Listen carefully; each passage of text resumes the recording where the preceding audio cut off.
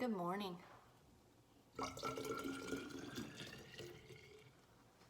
I hope you're ready to talk about some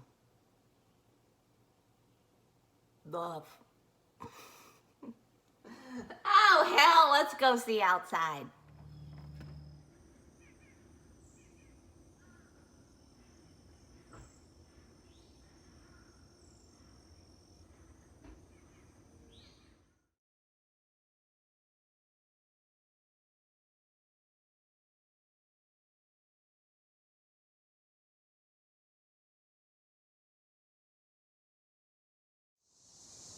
This is all to say, I quit drinking in August 2015. It was a crux point. I had to surrender. I had to just accept that obviously the way I had been doing my life was not working for me. And it was time to do something different. That's what happened. I mean, that's the short story. It just took me 20 years to realize it, that maybe alcohol had a little something to do with that. Jesus. I am getting somewhere with this about the brain and the love and the addiction connection. And that is with the booze, the surrender is a place of, let me hand it to you, big you, because clearly I can't handle it myself. It was really not as hard as I thought it would be the third or fourth time that I really seriously tried to quit. Because I was ready. I was ready. I knew I was done. I had maxed out everything, y'all. It was time for it to stop. And the reason I was able to stop, finally, is because something shifted in my brain where alcohol simply was no longer an option. I internalized that. Alcohol, no longer an option. It's off the table. Off the table! And that's how I started to collect one day at a time. And before you know it, your body wakes up, your spirit wakes up, and you wake up. It's pretty cool. I highly recommend it for those of you who can't seem to figure out why your life sucks so bad. I just challenge you to look at the alcohol piece. That's all I'm saying. It could be one of those little light switch things.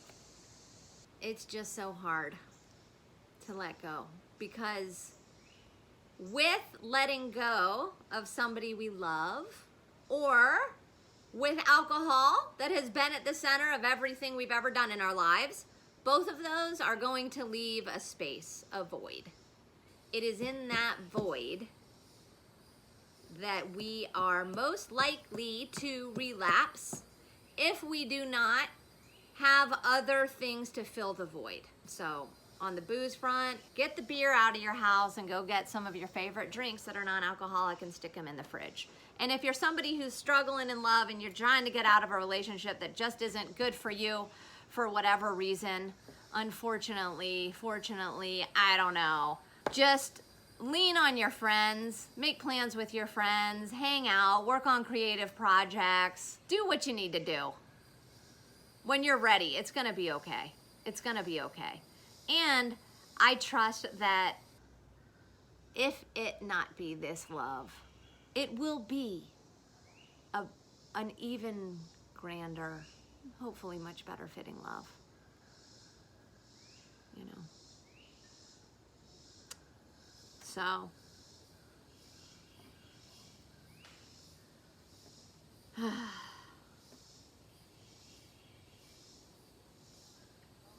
It ain't easy letting go of love. I'll say that much. And I think the only way to do it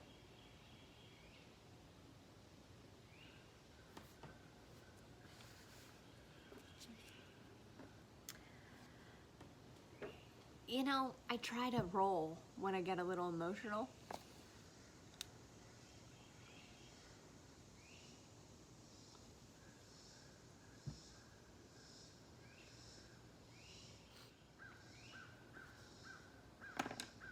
They're just streaming. That's what happens. See, a tear drops and then it's just like, I just want to be real with y'all, and I want to be real with myself and with everybody. And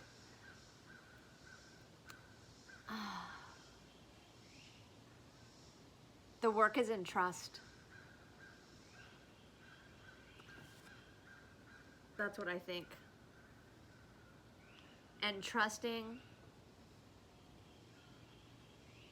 that the pain is the growth. Nothing comes easy that's worth it. So who knows? You know, maybe I'll be doing coffee in 5 years and I will be able to introduce you all to my incredible lover. I just don't know who that's gonna be. And I don't really have a lot of concern about it. In fact, I've often thought maybe I'm just not cut out for that. You know, like I'm in love with the universe. But to trust that it is in this pain. I am so sorry to interrupt this process here that I'm in. And I'm thinking of you all, which I do when I'm editing these streams, okay? I'm just so sick of my face that I thought this would be a good opportunity for me to say, do you know what I'm talking about here? Have you felt what I am describing? And what happens? Can you comment below the dang video, please, and let me know your experience with this stuff? I can hear my friend Jane. Now I'm talking to you, Jane. She's saying, you gotta be more specific, Cam. You gotta follow a line, Cam. I'm not great at either of those things. So comment below with something juicy that tells me you get me or you've got some inspiration. Because, you know, I could use a little bit. I'm sorry about the tardiness. Now you can understand why. Part of what I've been doing this for quite a long time, actually. In the pain points in life, just to say thank you. Offered up to the universe. Thank you for knowing what I don't yet know and looking out for me. I think the tears come from feeling like this is probably it. That this could potentially be the end of a 4-year tour in love and growth and so fun and so many wonderful adventures and such real heartfelt intention and trying so hard to make it work and continuing to come back to each other for these years through the breakups and through all of that. The thing is, y'all, when two people just cannot understand each other in a way that feels good and makes sense, you know, there's 7 billion people on the planet. And for all of the joy that came with it, it was a lot of pain as well. Either way, you know, we everything we go through makes us stronger. No pain, no gain. Don't worry about me though. I'm gonna be just fine because I've got y'all. I got my Luna doggy. Although I wish you'd quit staring at me all day long. It's kind of creepy. Right? Like you have nothing better to do. Just sit there and stare at me all day. Seriously. Creepy ass pit bull. Now I believe wholeheartedly that I am at a point in my life that I am so happy with myself and where I'm going. I'm so happy to be opening up. Part of what I'm doing here on Coffee with y'all is encouraging myself as much as you to say, listen to your voice, honor yourself. And that if you love yourself and you appreciate yourself just like you are, as you are, imagine that just as you are right now here today. No matter what job you have or don't have, no matter how much money you make or don't make, no matter if you're a little heavier than you used to be or a little skinnier than you used to be or whatever, you know, you're just awesome. I'm talking to you. On that note, Helen Fisher ended one of her talks with this, and I really loved it. And she said she believes the golden rule needs some changing.